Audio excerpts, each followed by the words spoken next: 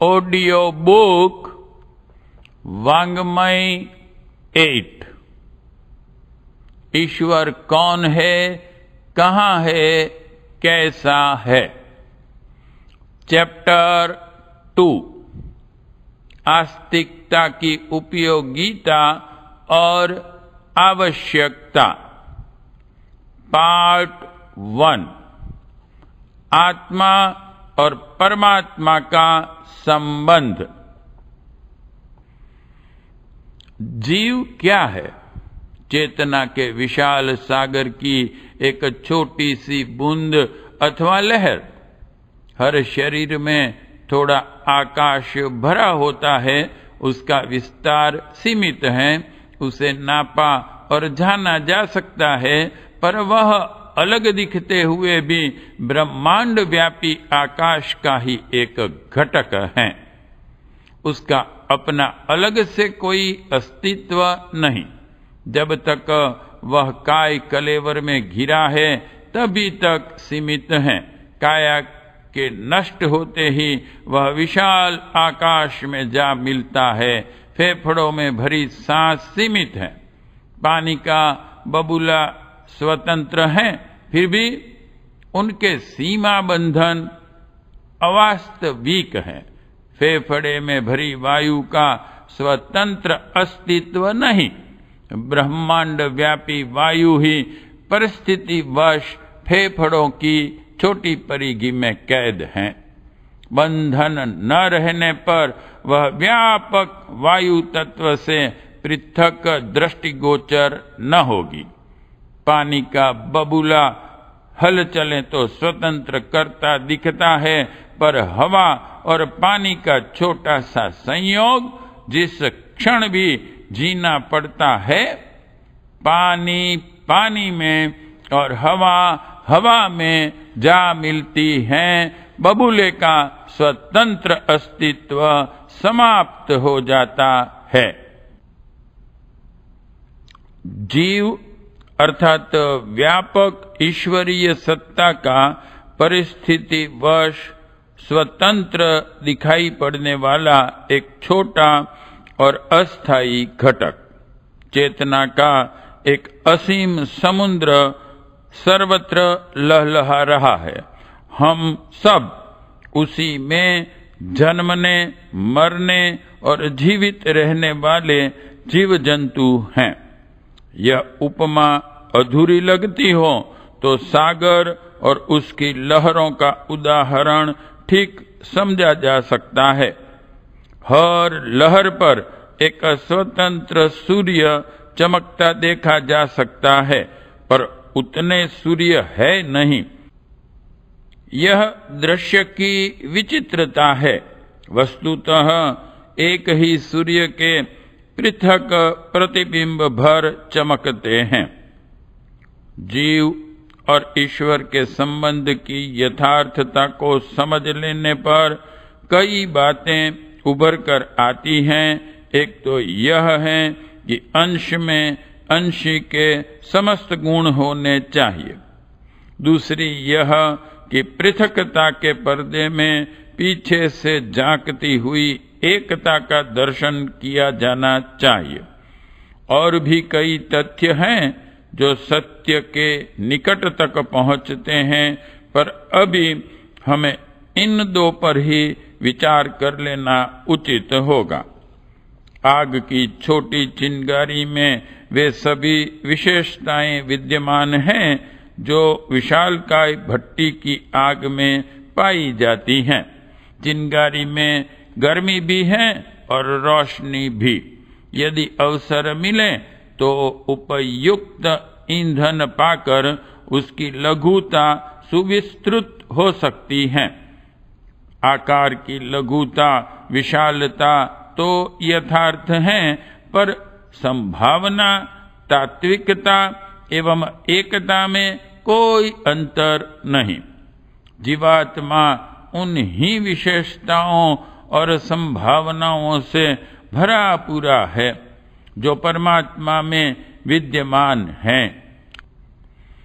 इतना होते हुए भी चिंगारी अपने छोटेपन के कारण दुर्बल और अशक्त दिखाई पड़ती हैं। कई बार तो वह दुर्गंध युक्त ईंधन के साथ रहने पर हेय और घृणित भी प्रतीत होती हैं। चंदन की लकड़ी में और मल के ढेर में जलने वाली अग्नियों में से एक आनंददायक होती हैं और सुगंध कहलाती हैं, दूसरी कष्टकारक दुर्गंध के रूप में तिरस्कृत होती हैं। यद्यपि मूलतः एक ही अग्नि तत्व इन दोनों स्थानों में काम कर रहा होता है। आत्मा की महिमा और गरिमा को समझा जा सके तो उसे उसके स्तर के अनुरूप स्थिति में रखने की इच्छा होगी। इसके लिए जागी अभिलाषा और विकसित हुई स्थिति आत्मगौरव कहलाती है। गौरवान्वित को संतोष मिलता है और आनंद भी। तिरस्कृत को हीनता अनुभव होती है और लज्जित एवं दुखी रहना पड़ता है। आत्मबोध जब तक न हो तब तक भेड़ों के झुंड में पड़े सिंह शावक की तरह है स्थिति में नर पशु की तरह रहना पड़ता है। पर जिस क्षण अपने अस्तित्व की यथार्थता एवं गरिमा का बोध होता है, उसी समय यह आतुरता उत्पन्न होती है कि लज्जास्पद स्थिति से उबरना ही चाहिए, गौरवान्वित होकर ही रहना चाहिए। हे और हीन बनकर रहना जब धिक्कार के योग्य लगता है तो भीतर से एक विशेष तड़पन और तिल मिलाहट उठती है। तत्वदर्शियों ने इसी स्थिति को ईश्वर भक्ति कहा है। हे स्तर अर्थात भवबंधन, उत्कृष्ट स्वाभाविकता अर्थात ईश्वर मिलन। ब्रह्म विद्या में आत्मबोध को प्रथम स्थान दिया गया है और अपने आपे की वास्तविकता समझाने के लिए कई सूत्र संकेत दिए गए हैं। अयमात्मा ब्रह्म, प्रज्ञानन ब्रह्म, शिवोहम, सच्चिदानंदोहम, सोहम, तत्वमसि आदि सूत्रों में ईश्वर और आत्मा की एकता का प्रतिपादन है। अंश और अंश की स्थिति का उद्बोधन है। जीव चेतना को ब्रह्म चेतना का छोटा संस्करण माना गया है और कहा गया है कि उसमें सत चित आनंद की, सत्य शिव सुंदरम की समस्त विशेषताएं विद्यमान हैं। संकट प्रसुप्त स्थिति का है। सोया हुआ मनुष्य अर्ध मृतक स्थिति में पड़ा रहता है। उस स्थिति में उसे गंध की दुर्गंध, अपमान, दुर्गति का बोध नहीं होता। कुछ भी भला बुरा होता रहे, गहरी नींद में कुछ सूझता ही नहीं। ठीक इसी प्रकार आत्मबोध से रहित स्थिति में जीव की असीम दुर्गति होती रहती है। खुमारी यह विदित ही नहीं होने देती कि उसकी कैसी दुर्गति हो रही है। इस खुमारी के कारण उत्पन्न हुई अर्धमूर्छित स्थिति को माया कहते हैं। माया को ही जीव की दयनीय दुर्गति का कारण बताया गया है। मायाग्रस्त स्थिति में जीव अपने को आत्मा न मानकर शरीर अनुभव करने लगता है और उसी के लाभ हानि को अपना मानने लगता है। इसकी इच्छा आकांक्षा, अभिरुचि उन्हीं बातों में सीमाबद्ध हो जाती हैं जो शरीर और मन को प्रिय हैं। अपने स्वरूप को भूली हुई आत्मा अपने लक्ष्य एवं हित को भी भूल जाती है और मात्र उतना ही सोचती है जितना शरीर को रुचिकर लगे। यह विचित्र स्थिति है कि कोई अपने वाहन, उपकरण, वस्त्र, घर आदि को सुसज्जित रखने के लिए तो समय, बुद्धि और धन को खर्च करता रहे, किंतु अपनी भूख प्यास का, आरोग्य, आजीवन का कुछ भी विचार न करे। शरीर और मन जीवन रथ के दो पहिए हैं। इन्हें दो घोड़े, दो सेवक भी कहा जा सकता है। इनके सहारे जीवन यात्रा सुविधा पूर्वक संपन्न हो सके, इसलिए परमपिता ने अपने राजकुमार के लिए इन बहुमूल्य साधनों की व्यवस्था की है। इन्हें संभाल कर रखा जाना चाहिए और सदुपयोग किया जाना चाहिए। यही बुद्धिमत्ता पूर्ण है, किंतु जब जीव अपना लक्ष्य भूलकर मात्र इन दो वाहनों की साज सज्जा में लगे रहने के अतिरिक्त और कुछ सोचता ही नहीं, तो इस स्थिति को माया मूढ़ता कहते हैं।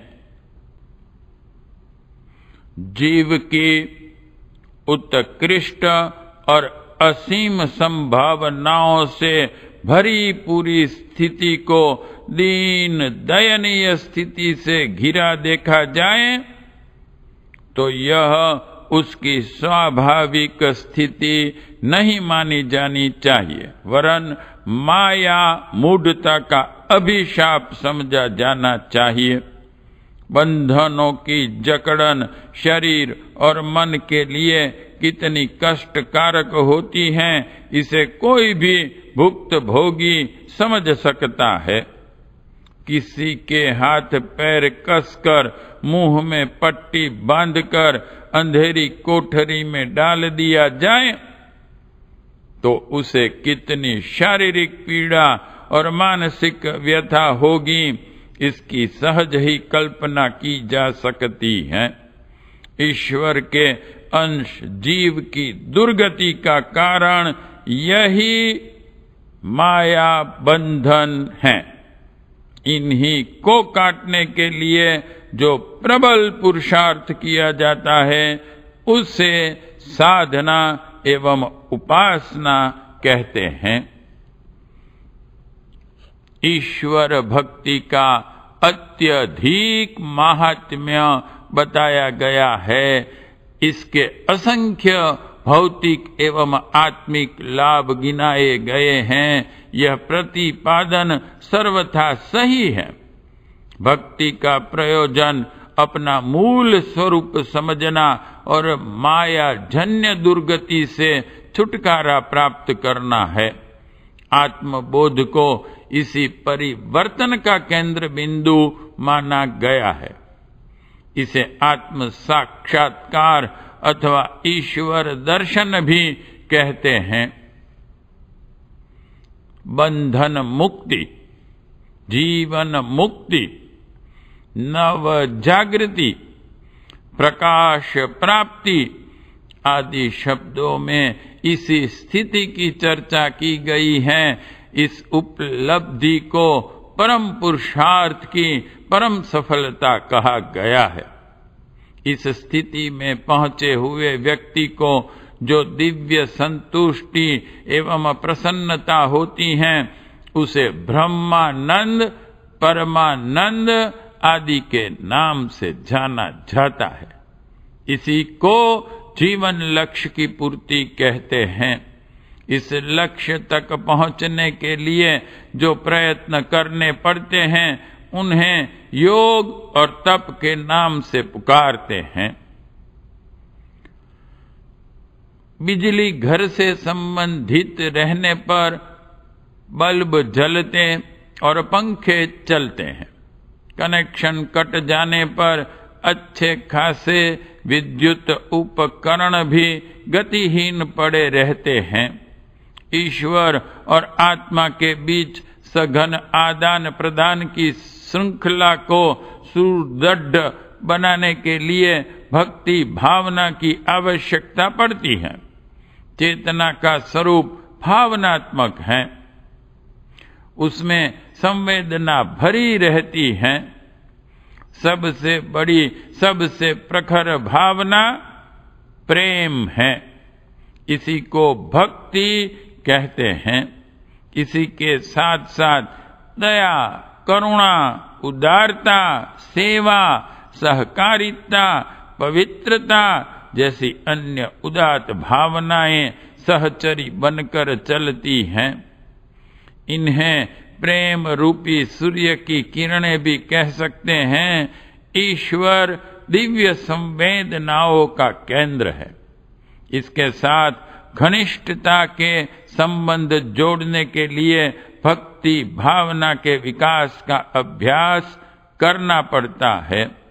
उपासनात्मक अनेक क्रिया प्रतिक्रियाएं इसी आत्म विकास का पथ प्रशस्त करती हैं। ईश्वर की महिमा अपार है, उसकी सामर्थ्य अनंत है, उसका कर्तृत्व महान है। जो कुछ महत्वपूर्ण है सभी उसके गर्भ में विद्यमान है। मनुष्य की इच्छा और आवश्यकता को पूरा कर सकने में कहीं अधिक विभूतियां ईश्वरीय सत्ता में विद्यमान हैं, पर अपनी पकड़ और पात्रता स्वल्प होने के कारण जो मिलता है वह स्वल्प होता है।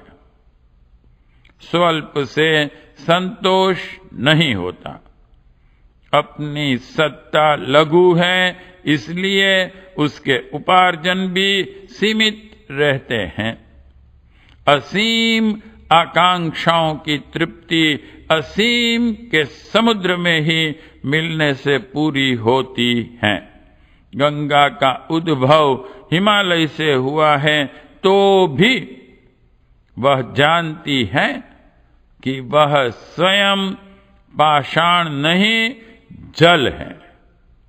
पत्थर के टुकड़े पत्थर के ढेर में जमा होने पर गर्व कर सकते हैं, पर जलधारा को तो असीम जल राशि में मिलकर ही पूर्णता का आनंद मिल सकता है। अस्तु गंगा की धारा दौड़ती हुई समुद्र तक पहुंचती हैं और उसी में विलीन हो जाती है।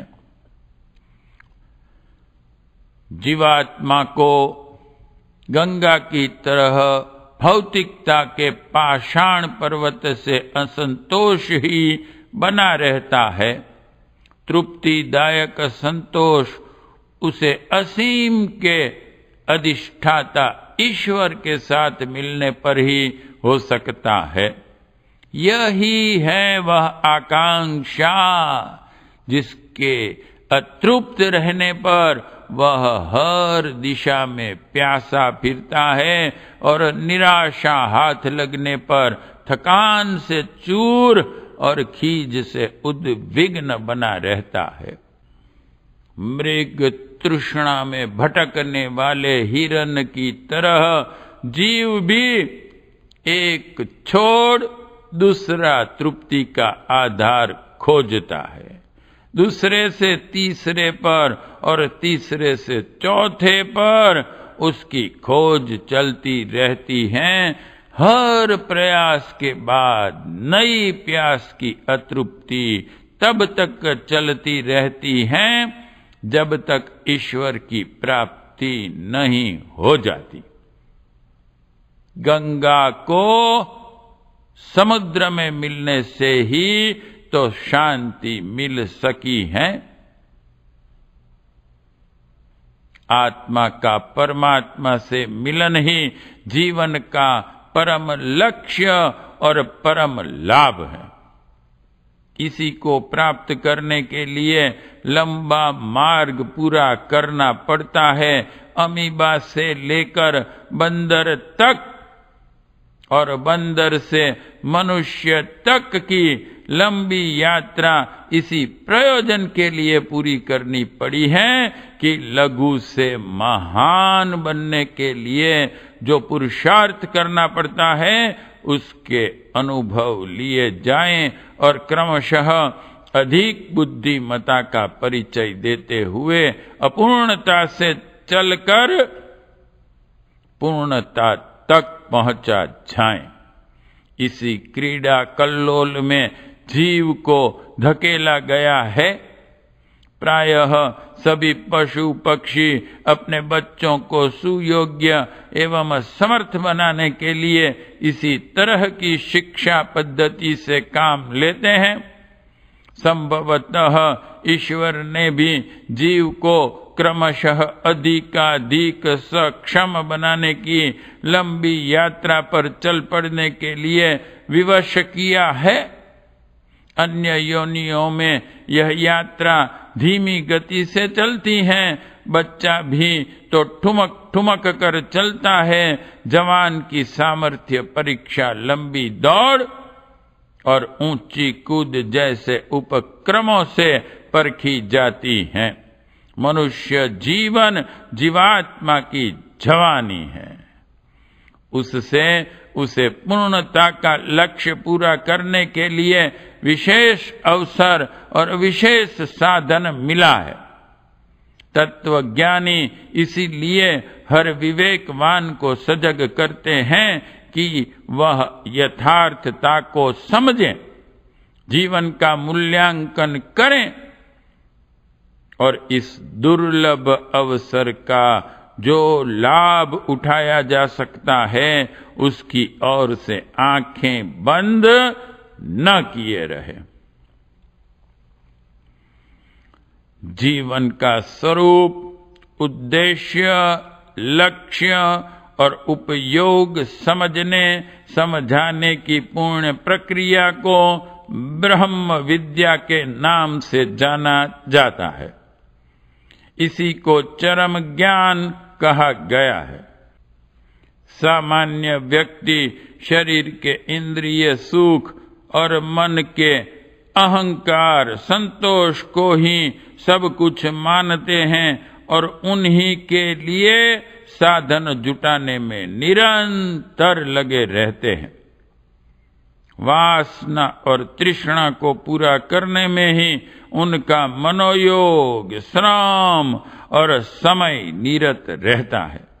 कृमि कीटकों से लेकर पशु पक्षियों तक सभी सामान्य जीव पेट और प्रजनन की प्रेरणा से ही अपनी गतिविधियां चलाते हैं। मनुष्य की स्थिति विशेष है। उसे ऊंची बात सोचनी चाहिए और यथार्थता को खोजना चाहिए। समझदारी इसी में है और इसी को दूरदर्शिता, विवेकशीलता और बुद्धिमता कह सकते हैं। नहि ज्ञानेन सदृशम पवित्रमिह विद्यते। गीता की उक्ति में इस लोक की, इस जीवन की सबसे बड़ी उपलब्धि सद्ज्ञान को ही कहा गया है। जिस पैनी दृष्टि से जीवन का स्वरूप एवं लक्ष्य समझा जा सके और उस दुर्लभ अवसर के सदुपयोग की योजना बन सके, ब्रह्म ज्ञान या आत्मज्ञान उसी को कहते हैं। यह उपलब्ध होने पर जीवनोद्देश्य को पूर्ण कर सकने वाली निश्चित योजना बन जाती है। दृष्टि साफ हो जाती है और मार्ग के संबंध में संदेह नहीं रह जाता। इसे प्रकाश की प्राप्ति कहा गया है और सबसे बड़ा सौभाग्य माना गया है। शास्त्रों में इस उपलब्धि के कई नाम हैं। ऋतंभरा प्रज्ञा, दिव्य दृष्टि, भूमा आदि। इसी को गायत्री कहते हैं। गायत्री महामंत्र में जिस सविता की समीपता का, वरेण्य की उपासना का, भर्ग की आराधना का, देव की अनुभूति का, भी की धारणा का, प्रकाश की प्रेरणा का अनुरोध आग्रह किया गया है, वही एकमात्र ईश्वरीय वरदान है। वह मिल सके तो फिर और कुछ प्राप्त करना शेष नहीं रह जाता। इतना मिल जाने के बाद तो उस थोड़े से साहस का अभ्यास करना पड़ता है जिसके सहारे पशु प्रवृत्तियों के अभ्यास की आदत छोड़ी जा सके और दिव्य जीवन की रीति नीति का दिनचर्या में समावेश किया जा सके। ईश्वर के अति निकट होते हुए भी हम उसे अनुभव नहीं कर पाते। इस विचित्र व्यामोह का निवारण करने के लिए ही ध्यान प्रक्रिया अपनानी पड़ती है और जो बहुमूल्य रत्न खो गया है उसे गंभीरता पूर्वक तलाश करना पड़ता है। आश्चर्य यह है कि अति समीप तत्व हमारे लिए अति दूर बन गया है। गले में बंधे हुए कंठे की याद नहीं रहती है, उसकी खोज में भारी दौड़ धूप की जा रही है। और तो और इस प्राण प्रिय प्रियतम का हम नाम तक भूल गए हैं और रूप तक विस्मृति के गर्त में चला गया है। कैसी है यह विचित्र स्थिति अपनी। उसे उन्मत्त की, विक्षिप्त की मनोदशा कहा जा सकता है। भुलक्कड़ तो तरह तरह के देखे गए हैं, पर जो अपने को, अपने लक्ष्य को ही भूल बैठे, उसके लिए क्या कहा जाए। ऐसी विचित्रता हमें अपने भीतर ही दिख पड़ेगी। न अपना स्वरूप याद है और न लक्ष्य की स्मृति शेष रही है। इसी विस्मृति को स्मृति में बदलने के लिए नाम जप और इष्ट देव के ध्यान की प्रक्रिया बनाई गई है। ईश्वर को, उसके स्वरूप एवं क्रियाकलाप को, आदर्श निर्देश को यदि देखना, खोजना हो तो वह अपने भीतर ही भली प्रकार दृष्टिगोचर हो सकता है। उसे बाहर देखने का मन हो तो उसका स्वरूप और लीला विलास देखने में भी कुछ कठिनाई नहीं है। अंतर में जाकी तो वह परम प्रभु हंसता, मुस्कुराता और कुछ कहता करता दिखाई पड़ेगा। ऊंचा उठने और आगे बढ़ने की अदम्य आकांक्षा हर किसी के भीतर बनी रहती है। आत्मगौरव हर किसी को अभिष्ट है। सत और असत का विवेक सभी में है। श्रेष्ठ आचरण से आत्म संतोष और निकृष्ट से आत्म विद्रोह का अनुभव हर कोई करता है। यही देवत्व है। भावना क्षेत्र में इन्हीं दिव्य संवेदनाओं के रूप में ईश्वरीय चेतना को अपने अंतःकरण में विराजमान हुआ देखा जा सकता है। मानवीय आत्मा की मूल प्रवृत्तियां यही हैं। भौतिकवादी अन्वेषणों ने मानवीय चेतना को पशु और पिशाच के रूप में खोजा है। ये उसे भय, आक्रमण, स्वार्थ, सेक्स से प्रेरित पीड़ित मानते हैं और प्रकारांतर से मत्स्य न्याय एवं सर्वभक्षी उपभोग का समर्थन करते हैं। उन्होंने तो जीव को रासायनिक उत्पादन माना है और पुनर्जन्म, परलोक, कर्मफल, जीव सत्ता एवं परमात्मा के अस्तित्व तक से इनकार किया है। इस समय उस विवाद में नहीं उलझा जा सकता। केवल इतना ही कहा जा सकता है कि यदि ये प्रतिपादन सही रहे होते तो अब तक न्याय, नीति, धर्म, सदाचार एवं मानवीय मर्यादाएं कब की समाप्त हो गई होती और बुद्धि बल का पैशाचिक प्रयोग करके एक दूसरे का रक्तपान करते हुए मनुष्य कब के मर खप कर समाप्त हो गए होते। तब इस संसार में सद्भावना और आदर्शवादिता नाम की कोई परंपरा शेष नहीं रही होती।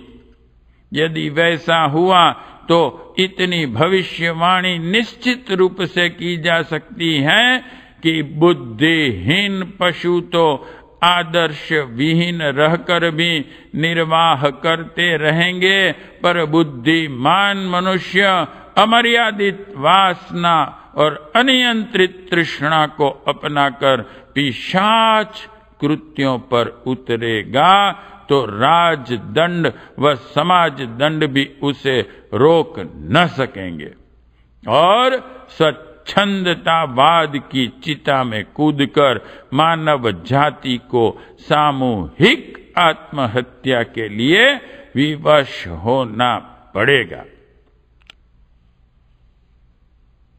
हमारा विश्वास है कि न तो वे मान्यताएं सही हैं और न उन्हें मानवीय विवेक कभी स्वीकार करेगा। आत्मा की उत्कृष्टता अक्षुण्ण बनी रहेगी और वह क्रमिक विकास के पथ पर चलते हुए अधिकाधिक समुन्नत और परिष्कृत होती चलेगी।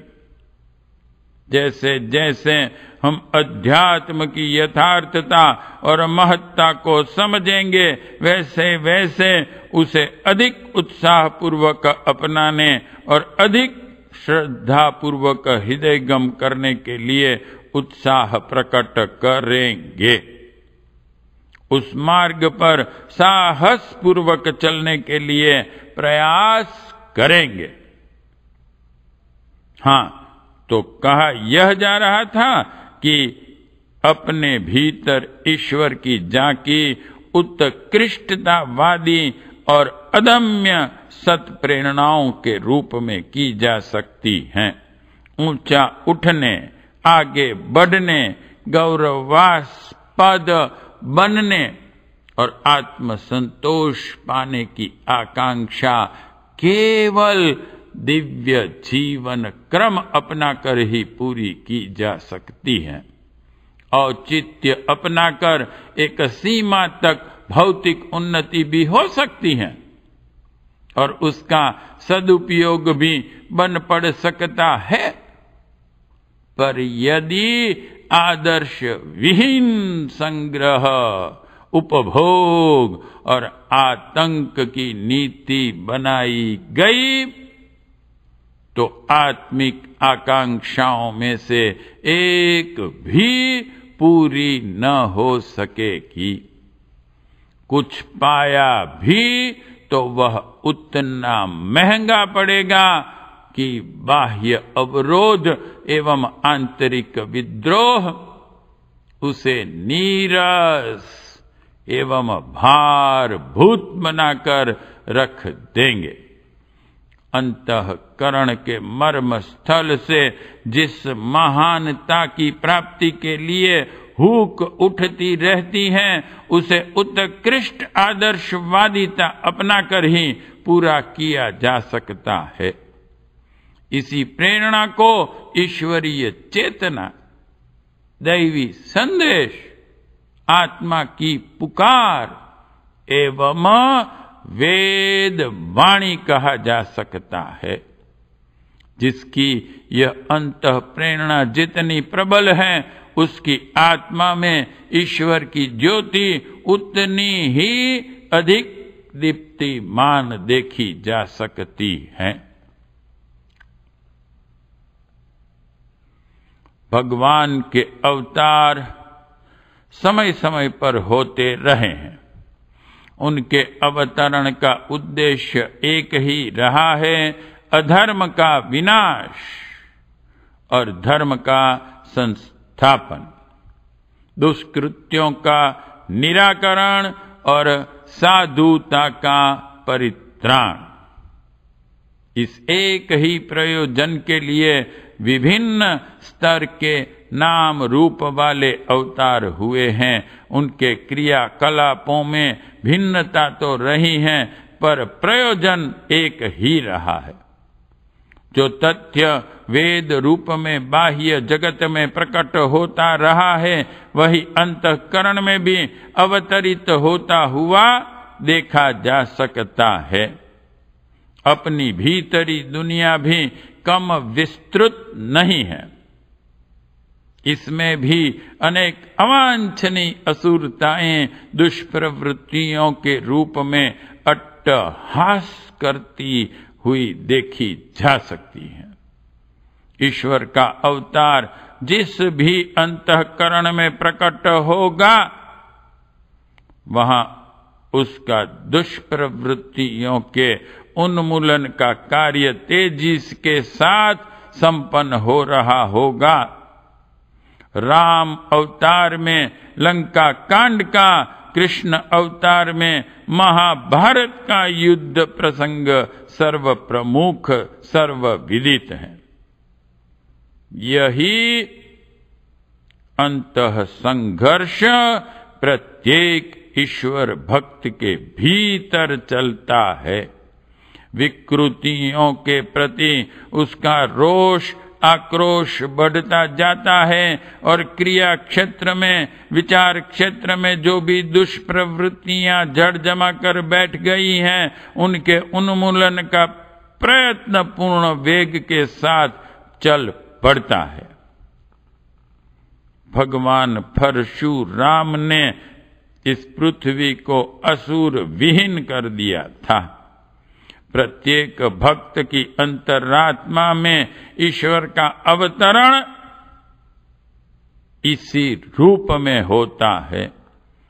भीतर से आरंभ होकर यह शोधन प्रक्रिया क्रमशः विकसित होती चली जाती है और दीपक जिस प्रकार स्वयं प्रकाशवान बनने के साथ साथ अपने क्षेत्र को भी प्रकाशित करता है, उसी प्रकार यदि अवांछनीयताओं का उन्मूलन करने की प्रक्रिया उभरती दिख पड़े, तो उस उभार को प्रत्यक्ष ईश्वर दर्शन के रूप में देखा जा सकता है। ईश्वर के अवतार का दूसरा उद्देश्य है धर्म की स्थापना, साधुता का उत्कर्ष। यह पूरक प्रक्रिया हुई। अधर्म का उन्मूलन निषेधात्मक, धर्म की स्थापना विधेयात्मक, दोनों ही एक दूसरे के पूरक हैं। नींव खोदने के उपरांत दीवार की चुनाई की जाती है।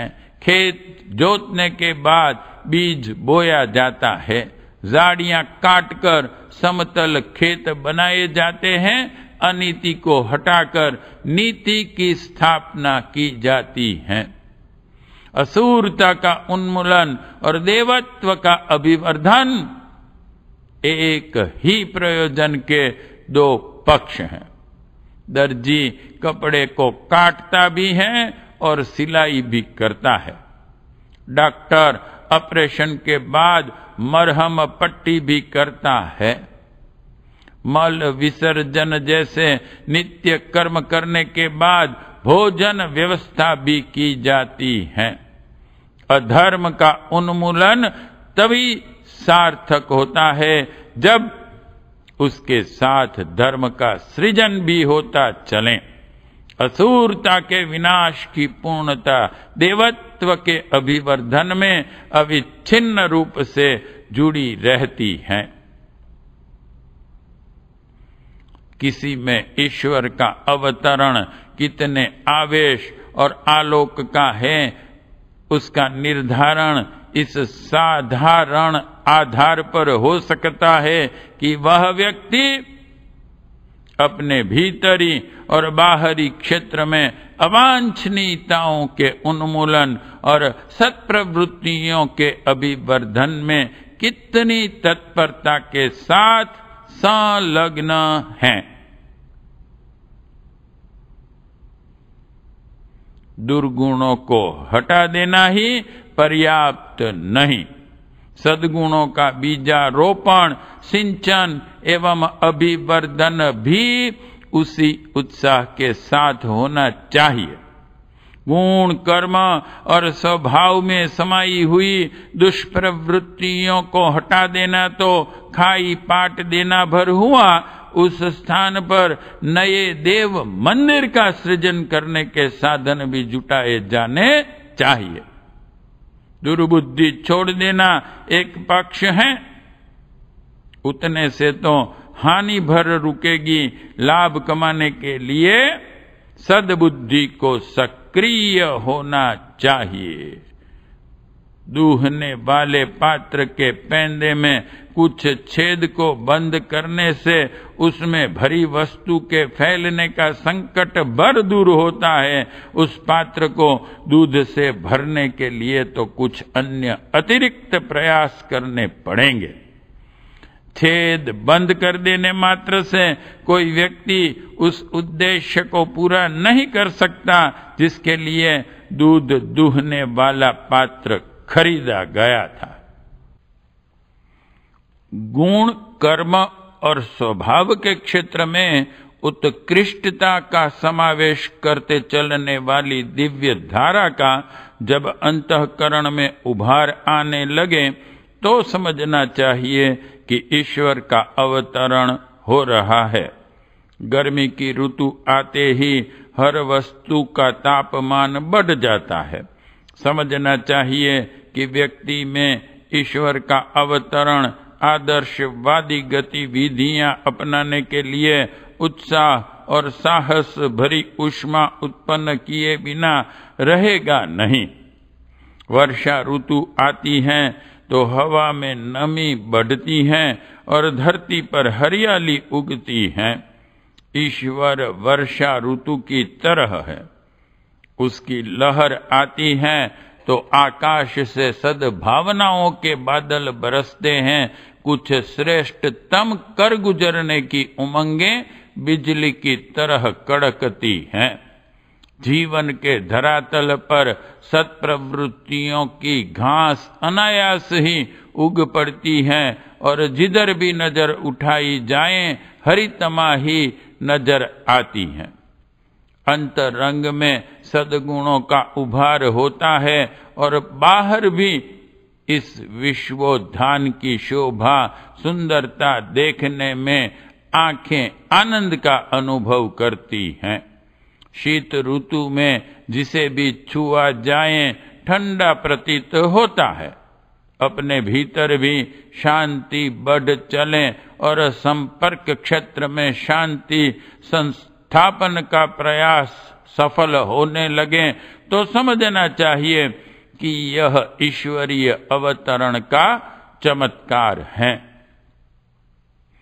वृक्षों के पुराने पत्ते पीले पड़ते और झड़ते हुए शीत ऋतु में देखे जाते हैं। यही हाल ईश्वर भक्ति के प्रभाव से होता है।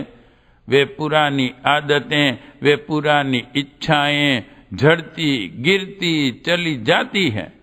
जिनके कारण मनुष्य को पेट और प्रजनन तक सीमाबद्ध व पशु स्तर का जीवन जीना पड़ता है।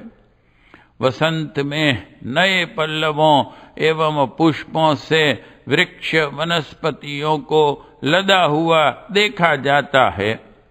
ईश्वर अवतरण का प्रभाव ऐसा उल्लास उत्पन्न करता है जिससे व्यक्तित्व के कण कण में देव चेतना का सौंदर्य खिलता हुआ देखा जा सके।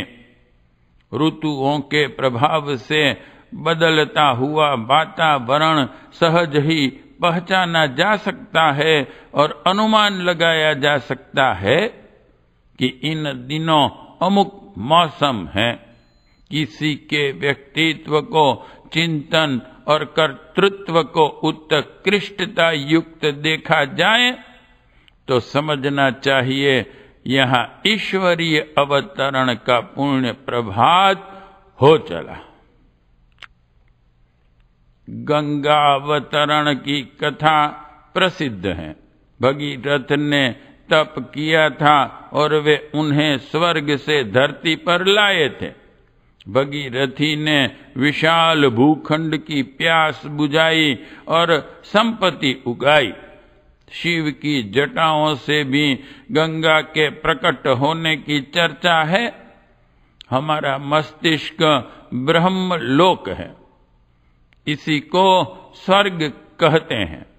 सद्ज्ञान की गंगा का अवतरण यहीं से होता है और उसकी धारा सुविस्तृत भूखंड पर प्रवाहित होती चलती है। सद्ज्ञान का विस्तार सत्कर्म में होता है। सद्भावनाएं अवतरित होती हों और वे सत्प्रवृत्तियां बनकर कर्म क्षेत्र में बहती हों तो समझना चाहिए कि भक्त भगीरथ की तप साधना सफल हो चली और ईश्वर दर्शन का प्रयोजन पूर्ण हो गया। अपने जीवन में ईश्वर की विद्यमानता देख सकना कुछ भी कठिन नहीं है। उत्कर्ष और आत्मगौरव की प्राप्ति करने की आकांक्षा स्पष्टतः यही अंगुली निर्देशन करती है कि पशु स्तर का जीवन यापन अपर्याप्त है, अतृप्तिकर है, अवांछनीय है। इस स्थिति से आगे बढ़ा जाए, ऊंचा उठा जाए, मात्र जीवात्मा न रहकर महानात्मा, देवात्मा एवं परमात्मा बनने का सौभाग्य प्राप्त किया जाए। भटकाव के कारण यह लाभ भौतिक वस्तुएं समेटने और दूसरों को चमत्कृत करने वाले जादुई विलास वैभव के संग्रह में इस लक्ष्य की पूर्ति सोची जाती है। बड़प्पन के ठाठ रोपे जाते हैं और उस उन्माद में कुमार्ग अपनाकर प्रगति के नाम पर पतन के गर्त में गिरा जाता है।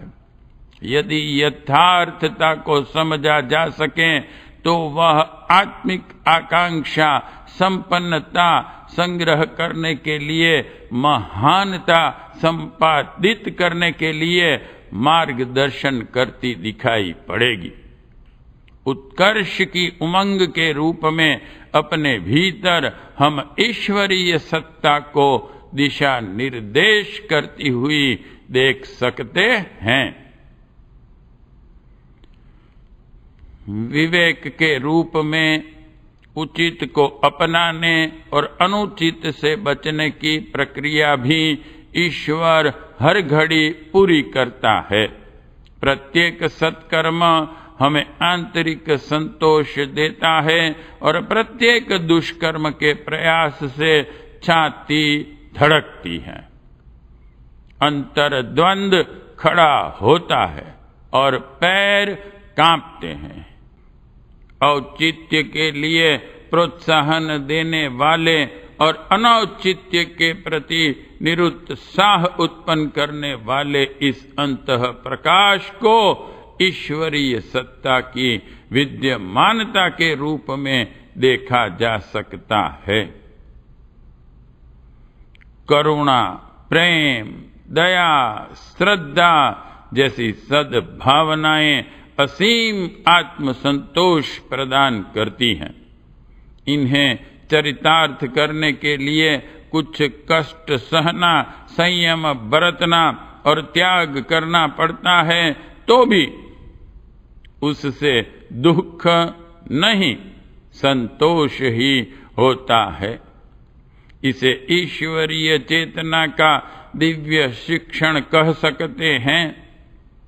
उत्कृष्टता की भूख अदम्य है। न्याय और औचित्य का समर्थन शाश्वत है। चोर भी चोरी के सिद्धांत का समर्थन नहीं कर सकता। वह अपने घर चोर को नौकर रखने के लिए तैयार न होगा। यह सत्य की, ईश्वरत्व की दिग्विजय है। हमने निरंतर ईश्वरीय वाणी की अवज्ञा और प्रेरणा की अवहेलना की है, सो आदत भी वैसी ही बन गई है। धूली जमते जमते दर्पण धुंधला हो गया है, अन्यथा अंतरात्मा के भीतर महानता की दिशा में बढ़ चलने की प्रेरणा के रूप में कोई भी कभी भी जीवंत किंतु धूमिल बनाई गई ईश्वरीय चेतना का दर्शन कर सकता है। शरीर के ढांचे पर दृष्टि डाली जाए और उसके भीतर कार्यान्वित हो रही रीति नीति पर गहराई से ध्यान दिया जाए तो प्रतीत होगा कि ईश्वरीय चेतना की प्रकृति क्या है और वह व्यष्टि एवं समष्टि में किस प्रकार काम करती हैं। घटकों की घनिष्ठता और अवयवों की सहकारिता देखते ही बनती हैं। यों जीवाणुओं की स्वतंत्र सत्ता है, पर उन सब ने इस प्रकार का निर्वाह क्रम अपनाया है कि घनिष्ठता देखते ही बनती हैं। उलट पुलट कर देखा जाए तो वे एक दूसरे के साथ गूंथे हुए लगेंगे। उनमें से किसी की इच्छा अलग रहने या अलग बढ़ने की नहीं होती। हर घटक का संतोष पारस्परिक आत्मीयता का आनंद लेने में ही केंद्रित हो रहा है। इनमें से किसी घटक को काटकर अलग किया जाए तो छोटी सी काट छांट भी सारे शरीर को व्यथित कर देती है और जहां से कुछ कटा था वहीं रक्त के आंसू बहने लगते हैं। प्रत्येक जीवाणु अहर्निश श्रम निरत रहता है और अपनी सत्ता का लाभ समूचे शरीर को देता है। यह सघनता ईश्वरीय चेतना की प्रकृति है। व्यक्ति को समष्टि का घटक बनकर रहना चाहिए और उसका स्वार्थ और परमार्थ एक रहना चाहिए। अवयवों की सहकारिता दर्शनीय है। हाथ कमाता है, उस कमाई को मुंह खाता है, मुंह पेट में पहुंचाता है, पेट पचाकर रक्त बनाता है, रक्त हृदय के अधिकार में पहुंचता है और वहां से सारे शरीर में पहुंचता है। छोटी बड़ी नलिकाएं इस वितरण की समर्थक और सहायक बनकर रहती हैं। सामर्थ्य का अधिकाधिक उपयोग किंतु उपभोग के लिए न्यूनतम से तुष्टि, यही है प्रत्येक छोटे बड़े अवयव की नीति। यह घाटे का सौदा नहीं है।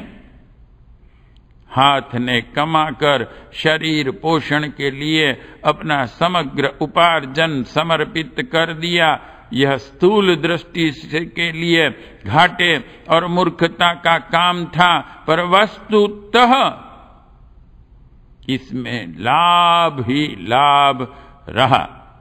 सुरक्षा की चिंता, अहंकार की उद्धतता, संग्रह की सड़न से बचत हो गई और उपार्जित अन्न धन बहुमूल्य रक्त मांस बनकर हाथ के लिए वापस आ गया। सूक्ष्मदर्शियों के लिए यह बुद्धिमता का काम रहा। हाथ ने आदर्शवादिता का श्रेय प्राप्त किया और अन्य अवयवों के सहयोग से रक्त का बहुमूल्य भंडार उपलब्ध कर लिया। यह ईश्वरीय रीति नीति है।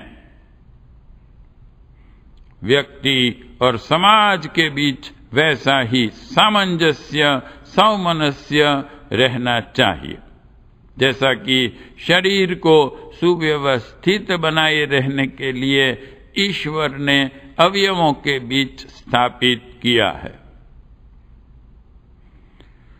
उपयोगी और आवश्यक का ग्रहण, अनुपयोगी और अनावश्यक का परित्याग शरीर के निर्वाह क्रम का अविच्छिन्न अंग है।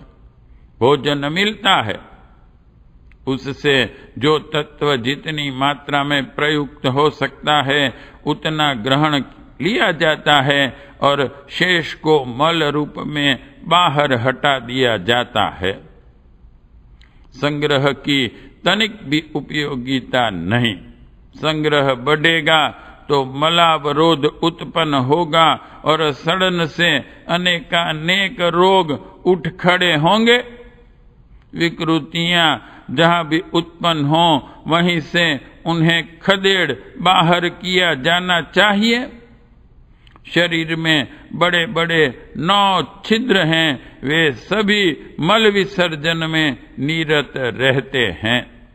त्वचा के असंख्य छिद्र पसीने के माध्यम से विकृतियों को बाहर खदेड़ते हैं। फेफड़े में जाने वाली हर सांस उत्पन्न हुए विषों को समेट कर लाती हैं और उन्हें बुहार कर बाहर फेंकती हैं।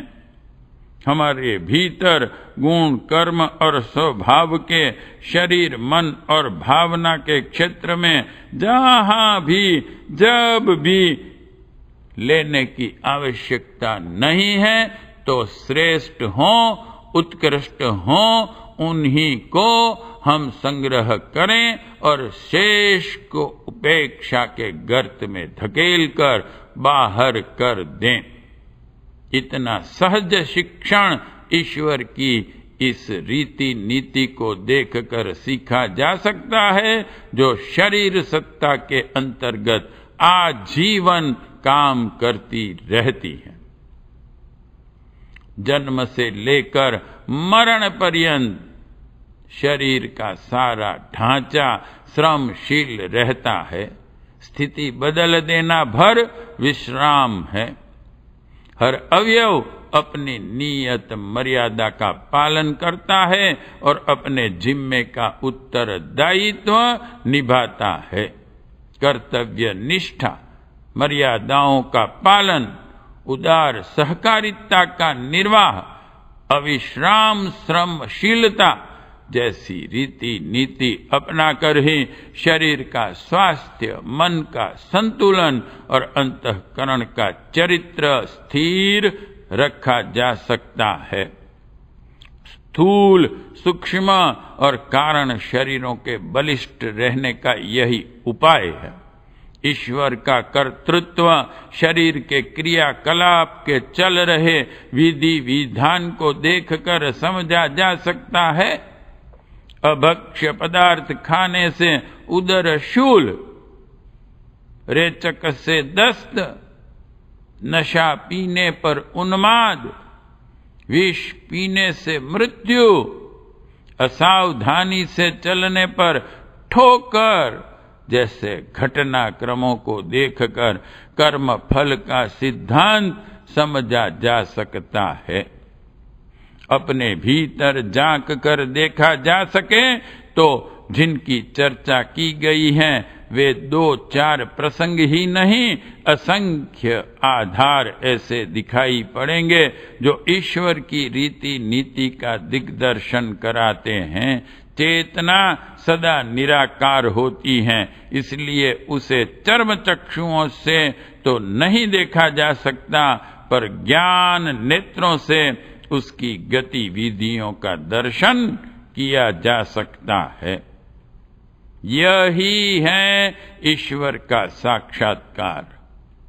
इसका प्रतिफल यही होना चाहिए कि हमें अपनी व्यावहारिक रीति नीति का निर्धारण उसी आधार पर करना चाहिए जिसे ईश्वरीय सत्ता द्वारा अपनाया गया है। ईश्वर भक्ति का, उसकी उपासना साधना का प्रयोजन यही है कि हम उसी राह पर चलें जो उसने हमारी प्रत्यक्ष पाठ्य पुस्तक में लिख दी है। अंतः क्षेत्र की तरह बाह्य जगत में भी ईश्वरीय सत्ता का दर्शन उसकी रीति नीति के रूप में देखते हुए किया जा सकता है। समुद्र में जमा रहने पर जल खारा रहता है और निरुपयोगी बनता है, मगर ऊर्ध्वगामी बनकर जब वो बादल बनता है तो विश्व कल्याण में काम आकर खाद बन जाता है। आतताई आपस में ही लड़ते मरते और समाप्त होते रहते हैं। अवांछनीयता अपनाने वाली असुरता सदा हारी और दैवी सत्ता ने अपना वर्चस्व घोर संघर्ष के बीच भी कायम रखा है। एक से एक बढ़कर अनाचारी आए और असीम घृणा एवं अनंत अशांति लेकर महाकाल की करालता में समा गए, पर बुद्ध ईसा अभी भी जिंदा है। शिवी, दधीची, हरिश्चंद्र की, ध्रुव, प्रहलाद की, सूर कबीर की, मीरा और तुलसी की सत्ता अभी भी जीवित है। काल जयी महामानवों को इतिहास के पृष्ठों से मिटाया न जा सकेगा। जब तक धरती और आसमान है तब तक महामानवों की देव सत्ता अमृत वाणी अजर अमर बनी रहेगी और उनके चरण चिन्हों पर श्रद्धा के सतदल कमल मानवी आत्मा निरंतर अर्पित करती रहेगी। उपभोगवादी, संग्रही और आधिपत्य जताने वाले अतृप्ति और असंतोष का रोना रोते रहेंगे, पर जिन्हें सौंदर्य का बोध है वे नीले आकाश के झिलमिलाते तारकों में रात भर लहलहाती हरितमा में दिन भर दिव्य सौंदर्य का अनुभव करते हुए हर घड़ी हर्षोल्लास में डूबे रहेंगे। चित्र विचित्र प्राणियों के चलते बोलते खिलौने कितने सुंदर हैं। भोला बचपन, इठलाता यौवन और परिपक्व वृद्धत्व कितना भावात्मक होता है, इसे किसी भी कलाकार की आंखें देख दी और ठगी सी रह जाती हैं। प्रकृति की छोटी बड़ी हलचलों को यदि भाव भरी आंखों से देखा जा सके तो प्रतीत होगा कि इस सृष्टि के कण कण में सौंदर्य बसा रहता है। पारस्परिक स्नेह सहयोग का यहाँ कितना निर्मल प्रवाह बह रहा है। सत की यह सत्ता चेतना के समुद्र में किस प्रकार क्रीड़ा कल्लोल कर रही हैं, यह देखते ही बनता है। यह सत, चित्त और आनंद के अतिरिक्त और कुछ है ही नहीं। संघर्ष, पाप और संग्रह जहां भी होगा वहीं विकृत बनेगा और संकट उत्पन्न करेगा। बादल झल्लाते हैं, सूखे भूतल को सींचते हैं। उनका क्रियाकलाप उन्हें ऊंचा चढ़ाता है, देवता बनाता है। आगमन पर सर्वत्र मोद मनाया जाता है। बरसने पर भी वे खाली नहीं होते। हर वर्ष उनका अस्तित्व यथावत बना रहता है। बादलों का पानी जमीन को मिलता है, जमीन से नदियों में, नदियों से समुद्र में जा पहुंचता है। यह एक से दूसरे को देने की पद्धति ही सृष्टि को सुस्थिर और समुन्नत रखे हुए हैं। यदि रोक रखने की लोभ नीति अपनाई जाए तो बादल क्यों बरसेंगे? जमीन अपनी नमी नदियों को क्यों देगी? नदियां सारा पानी अपने में भरे रहेंगी। संग्रह वृत्ति के अपनाने पर कितना बड़ा प्रकृति संकट उठ खड़ा होगा, यह कल्पना करने मात्र से जी दहल जाता है। प्रकृति की हलचलों में ईश्वर के कर्तृत्व को यदि देखा जा सकेगा तो प्रभु दर्शन का प्रकाश हमें सहज ही मिल सकता है। वनस्पति उगती है दूसरों के लिए, वृक्ष फलते हैं दूसरों के लिए। गाय दूध, भेड़ें ऊन, मधुमक्खियां मधु देती हैं। फूल खिलते हैं और सुगंध बिखेरते हैं। झरने झरते हैं और नदियां बहती हैं। धरती अपने असंख्य अनुदानों से प्राणियों का पोषण करती है। पवन चलता है, सूरज उगता है, चंद्रमा चमकता है और तारे झिलमिलाते हैं। इन सब का अपना प्रत्यक्ष लाभ क्या है? ईश्वर ने स्वयं इस विशाल सृष्टि का उत्तरदायित्व क्यों संभाला हुआ है? इन प्रश्नों का उत्तर यदि खोजने के लिए उतरा जाए तो ज्ञात होगा कि सृष्टि का कण कण उत्कृष्टता से ओतप्रोत हो रहा है और उसी के आधार पर इस विश्व का सूत्र संचालन हो रहा है।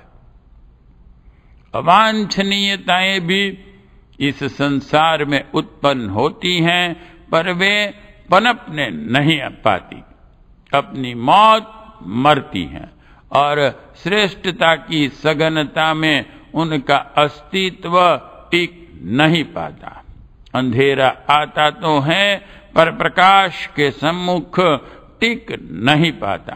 प्राणियों द्वारा त्यागा दुर्गंधित मल अनाचार की भी यही सत्ता है, पर वह है वहीं जहां ईश्वरीय सत्ता की न्यूनता है।